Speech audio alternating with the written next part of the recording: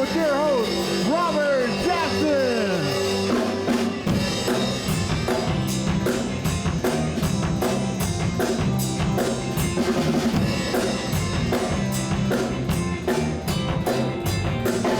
This must be the place. Welcome everyone to our third show. That's right, Downtime, back for more. It's so exciting to have made it all the way to show number 3. You know what they say, third time's a charm. They also say 3 strikes you're out. And they die in 3s. Okay, forget about the number 3 for a second. After 2 shows, the numbers are in and we're officially a hit. We've shattered all the records for Gila River talk shows. Mainly because we're the only one. But either way, we are off to a blistering start. We've laughed, we've cried, and that was just in our production meetings. I'm kind of curious about you out there in GRBC land. Where's all my people from District 1? Yeah, okay. How about District 2? Right on. Okay. District 3, where you at? I thought I'd get more out of you, District 3. Get it together. I'm counting on you guys. Moving on. District 4. That's what I thought. District 5. Okay, we're good in 5. Now, who am I forgetting? District 6. You never let me down. Let's move on to District 7. Hey, not bad. That's what I'm talking about. Now, which district was God's country again? You guys keep changing it unless it's God that likes to rotate, which I understand. You got to mix it up. But a little bit about me. So I live in Laveen. If for some reason you don't know about Laveen, just watch the evening news. It will pop up, trust me. There was some good news once in Laveen. A Good Samaritan did help an old lady with her groceries at Fry's, so that's cool. He did end up stealing her purse after that, but at least the story had a happy beginning. And when I go to Fry's in Laveen, I always make sure I have enough for what I buy and for what those cashiers are going to overcharge me. And also a little bit for the panhandlers when I walk outside, including the Girl Scouts. Just like when I order from Amazon, I usually buy 2 of everything. 1 for me and 1 for the Porch Pirates. I try not to tell people I live in Laveen. It's hard to hide it though. They'll say, where do you live? I'll be like, oh, I live in Southwest Phoenix. They'll be like, Southwest Phoenix, that sounds like Laveen.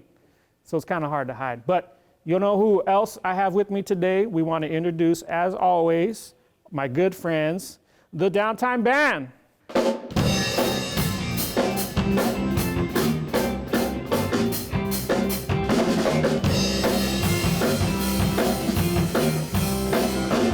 Once again, thank you to the Downtime Band. These guys always get us in the mood here at Downtime. You know what? We have a fantastic lineup for today's show. It took a lot to get these guys here, but you're going to be very excited because we have Jalen Joaquin, Saddle Bronc champion, and also the band Ocean Harvest. These guys are going to knock your socks off, man. They are so sensational. You're not going to believe it.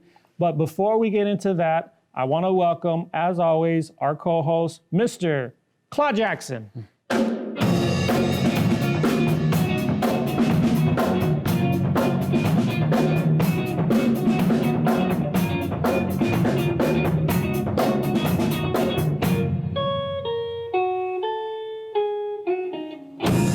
The tighten up you guys get? Oh, they play tight. They know tight. That's a little too tight for my taste because you guys seem to have a strong correlation and connection with my brother, but I think that's missing because we've never... Well, I mean, I was been invited to a lot of their house parties, and we hang out a lot, and we just eat well and talk about you. It's really a fun time overall. Yeah, you guys need to fill me in next time you're going to be getting together. Yeah, you'll probably be busy. No, this has to change. But Claude, man, it's been a while since I've seen you. I mean, kind of fill me in. Anything exciting? What's been going on in the world of Claude Jackson? Well, not much. But last night actually was kind of an interesting really thing. Yeah. Tell me about it. Let's hear it. Well, I was in bed. I was getting ready to crash out. I had my pajamas on, the red pajamas, the white T-shirt with the piano keys on. Okay, and, those are good ones. Yeah, and then I was getting ready to go to bed, and then I heard that the 2 local gangs, the Coyotes and the Roadrunners, out in my tough neighborhood in Chandler. Wait a minute, don't you live in that nice part of Chandler and rural and like Chandler? It actually gone downhill after I moved in. Okay. Yeah. So But, there's been some trouble, I guess? well, yeah, the Coyotes and Roadrunners were really they're gonna duke it out, and I just didn't want that. Okay. That's not how you solve problems. So I went looking for them. Kind of 'cause I like wanted a to stop. block watch kind of thing.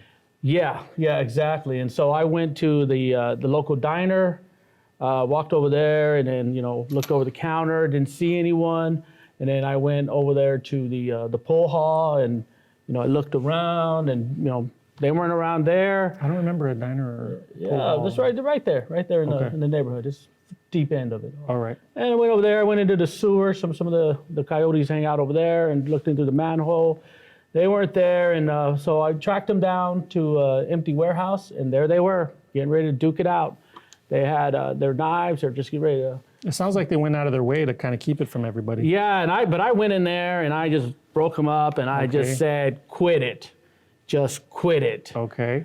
And, And what effect did that have on this would-be ruckus? well, they didn't like some middle-aged guy just coming into their thing, and so they just kind of got together and just tried to beat the crap out of me. Okay. And, Wait, you know what? That sounds familiar. Well- You weren't wearing like a red leather jacket? Or anything? no. It was have- more of an off red. Okay.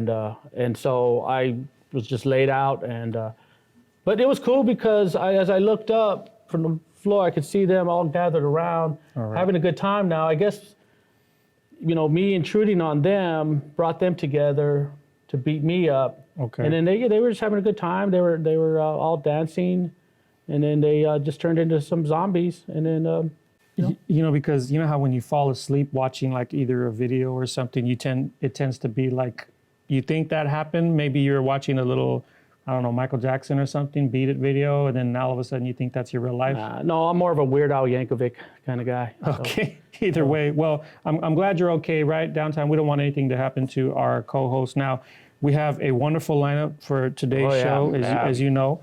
We have Jalen Joaquin, we have Ocean Harvest, and we're very excited just to see what these guys have in store for us. All right, here we go.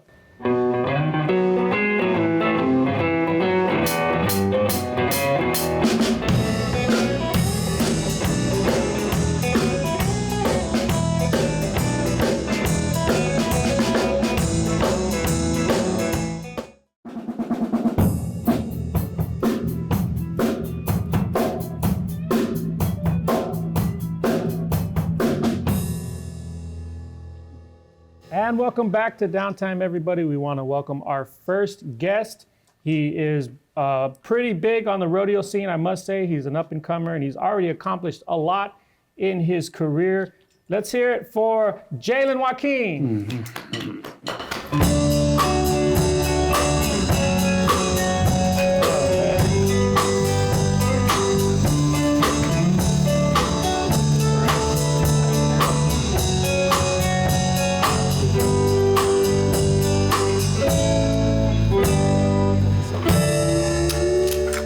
Didn't expect this. Yeah, where's the real Jalen Joaquin? So I didn't know Jalen had a walker. First of all, what happened? What's with the walker? Are you okay? What happened? I was at a bull riding jackpot last week, and I went to dismount, and the bull, when he made a corner, I went to step off, and his hind leg just met my ankle and fractured it in 3 spots. Okay, let's Yeah. back up real quick. Do we have video footage of this? Can I? Not on us right now. Can you run that clip? We're gonna run a clip. Okay, so he steps on your leg, ankle, breaks it in 3 spots. Yeah. So what was the aftermath? Then what happened?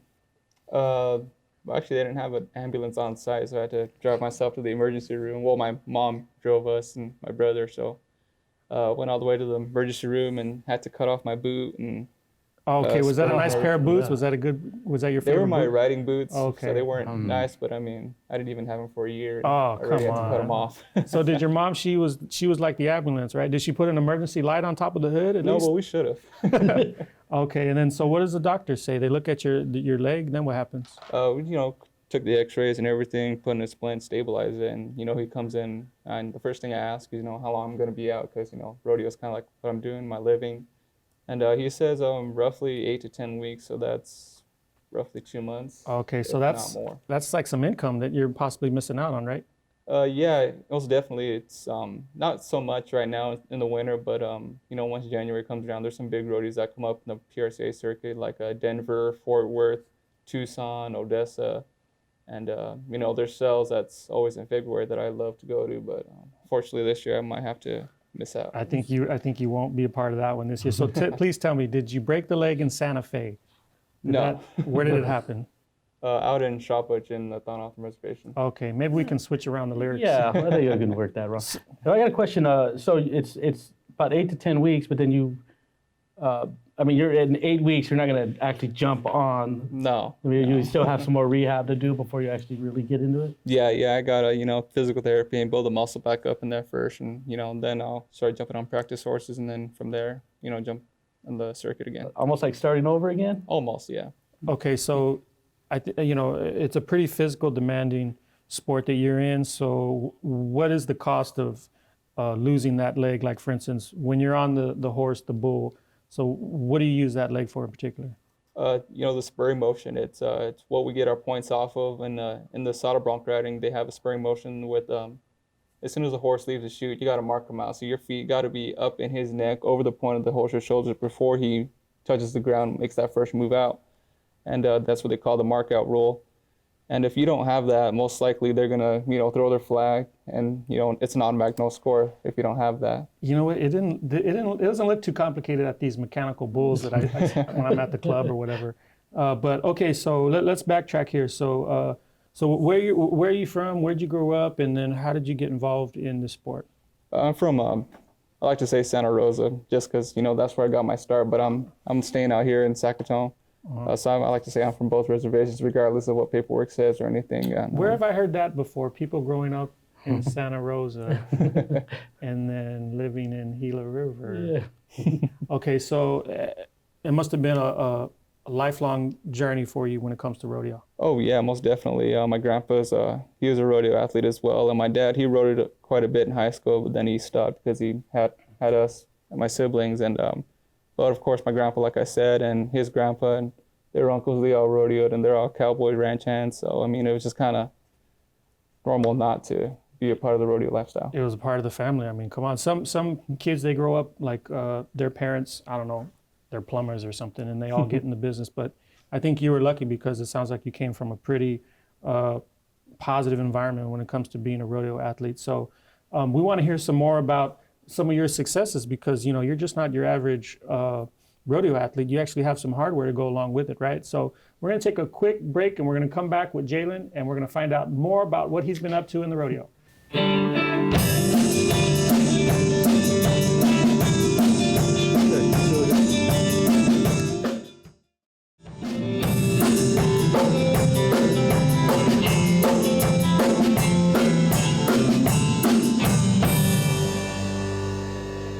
And we're back with our first guest, Jalen Joaquin. Want to thank the Downtime Band for playing us in. So you're known for saddle bronc, but you said you got hurt bull riding? Actually, I got my start out riding bulls and, calves, steers, junior bulls. I was getting pretty good at, bull riding up until about high school. My dad asked me, if I wanted to try saddle bronc riding, and I've always kind of had a hunch for it.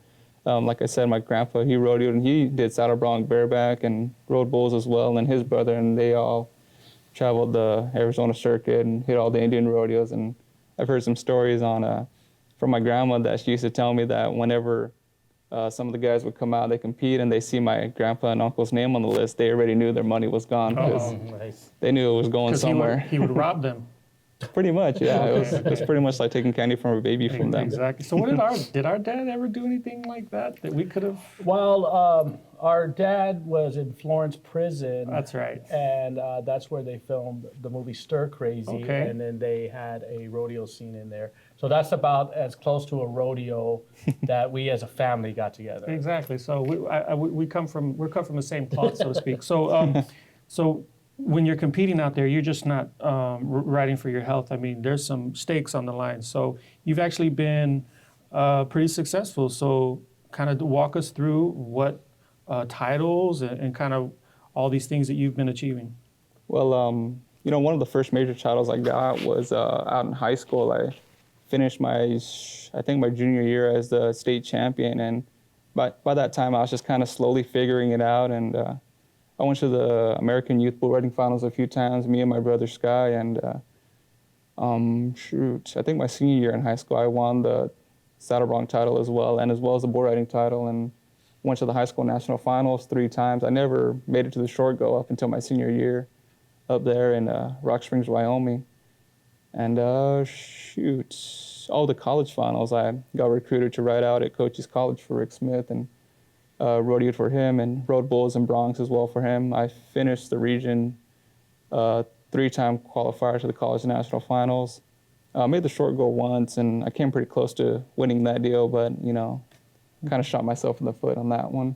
Okay, no more with the foot. No, leg injuries here. I don't want couldn't nothing resist. happening to this guy's foot. Okay, a little bit more recently, there's a big rodeo for natives in Vegas, right? And you're a part of yeah. that. So what was some of the outcomes on that one? Last year, I was the Indian National Finals World Champion, saddle bronc rider. And Sounds like you've kind of made a name for yourself on that level as well. yes, and a lot of it had to do with, just rodeoing, not Indian rodeo, but, little amateur rodeos, jackpots. I had to get that. For me, I felt like I had to get that technique down before I actually kind of wanted to join an association and really kind of kick my career off. And that was one of the deals was to, if I'm going to go to the Vegas or go to a finals of some sort, I kind of want to go for, a world championship. And that was what the mentality was. We practiced all year and just kind of going there and, just not taking it like it was a sprint. It's always a marathon. You got to take it one horse at a time. And that's just exactly how it went. I got a question. Even with the injury, which just recently happened, you really just sound real positive about this, and it's just something you're still in love with the sport, and sound like you're just anxious to get right back onto it, right? That might be absolutely. the medication. We don't. Oh yeah, that could be it. No, absolutely. I've got an itching to get back on. As soon as this heals, I'm probably gonna, jump on a saddle horse or something the minute they take this splint off and put the boot on or something like that. We need to bring back this bull that stepped on you. Oh, man. Oh yeah. Where is this bull? Where can I find him? Or who was this bull? What was his name? What does he have against you to do that? Honestly, I don't think he had nothing against me. He was just a bull that just wanted to buck me off and get on with his day, really. Okay, that's what you think. Okay, but are you familiar with him? Have you seen this bull around? Did he have a reputation? Yeah, I actually drew the exact same bull at the exact same rodeo earlier in the year, and he did the same thing, bucked me off. Well, I covered him and bucked me off, and he stepped on my leg, but it was just muscle in. No, that's more than no coincidence. That's more. now. There's something going on here. I don't know what this bull has against you, but obviously he wants to see you in pieces. That's for sure. So we want to thank Jalen Joaquin. We're gonna take a quick break, and we're gonna come back with Ocean Harvest. So everybody just sit tight. We're gonna come back. Welcome to Downtime.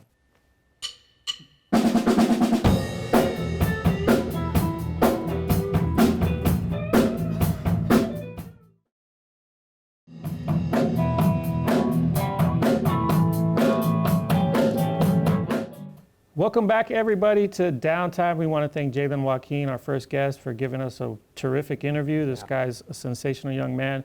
And we have our musical guest. These guys are really going to excite some of you out there. I guarantee it. How about it for Ocean Harvest?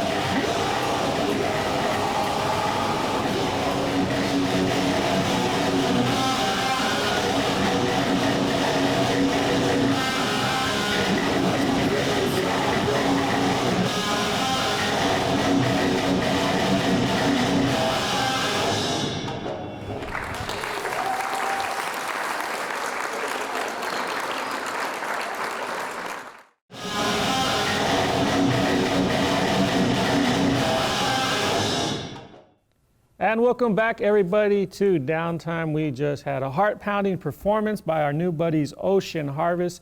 These guys really did just some fantastic music and performances for us. And we have them here right now. We're going to have a little chit-chat, and we want to get to know who these guys are. They just entertained all of us and all of you guys at home. So let's get to know them just a little bit more. Let's kind of go down the line and get some introductions. Just tell me your name and where you're from. My name is Winston Jose. I'm from District 6, currently in Ahwatukee. My name is Ruben Dawahoya. I'm from District 4, and I'm currently in Chandler. My name is Blaine Peters, and I reside here in District 5. My name is Elias Jose, Planet Earth, Mesa, Arizona. Hey, I'm from Planet Earth too. Small world. Okay, real quick, let's get into those songs you guys performed. The first song. So what was the name of that song? What is it about? I was trying to follow along, but man, I was just so into the music. The first song is called Falsifier. It's basically just about, as a kid, like getting lied to by, people that are supposed to care about you. The term metal gets thrown around a lot. So where do you guys fit into musically to that genre of music? Like, how would you describe yourselves? At this point, I think we kind of play just about a little bit of everything. Mm-hmm. We've been labeled as like death metal, deathcore, but I've heard more or less deathcore now than anything. But I can't really put a label on us at this time. Man, there's a lot of politics in the metal game. Sounds like everyone's concerned about who's doing what and where they fit in. But so for our audiences at home, we have a pretty diverse audience. We have some elders and some little kids. They never heard the term deathcore before. So maybe a brief definition to the best of your ability. Deathcore, what is deathcore?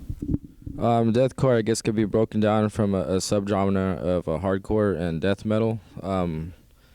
It just, with death metal also combined with hardcore elements, and that's probably the best I can explain it. That's the best we can do, folks. If you weren't following along, then I'm sorry, we can't do it again. You have a pretty unique style, so just kind of walk through for us your vocal performance, and how would you describe what it is that you're doing and how you contribute to the band? I think for my vocals, it's best I can say is it's kind of the same style like voice actors would use to mimic voices and stuff. So like Jim Carrey is a good example. Any of his movies, you'll hear him make sound noises that sound like a metal vocalist, and basically it's the same thing. So if you're ever in a regular situation, does your metal voice come out? Like if you're driving and you get some road rage, do you just start like screaming like in your songs? No, it's just, there's a big difference from that. Most people do think it's just like yelling. So focusing on your band, I mean, you guys, I think, all gel together very well. So let's kind of go on down the line and just kind of tell us a little bit about your influences and how that plays into what you do in the band. My influences are pretty much like punk and hardcore. So bands like the Casualties, they're more punk and hardcore mix. Or hardcore band will be like Hatebreed. You got to make me a playlist because I'm Yeah, hardcore is more like Hatebreed, more heavier stuff. Okay.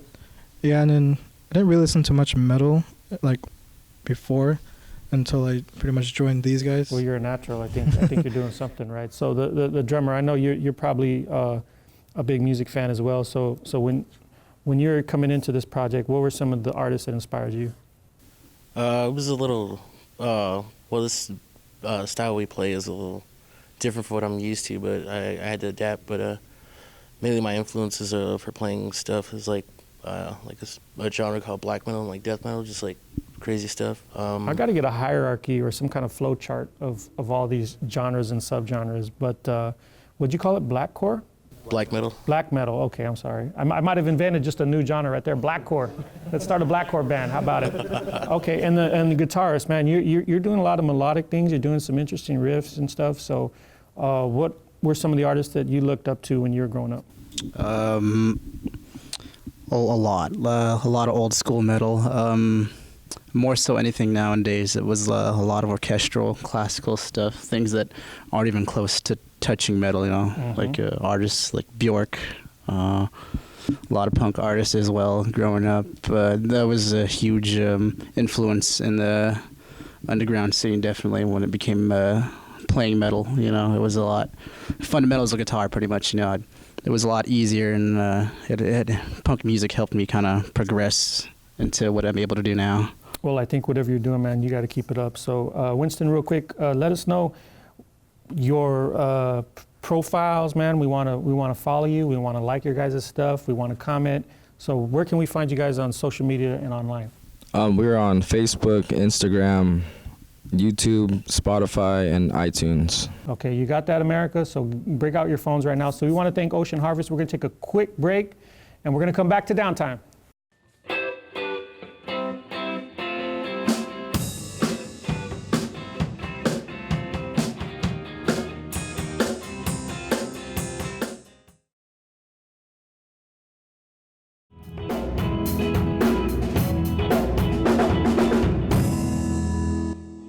We want to thank everybody for tuning in to this week's show. We had such a wonderful time. We had some fabulous, fantastic guests. We want to definitely thank Jalen Joaquin, all of our pals at Ocean Harvest. Yeah, I hope that foot gets better. And thank you guys once again for checking us out. Want to thank the Downtime Band. We'll see you guys next time. Don't forget to check out Downtime.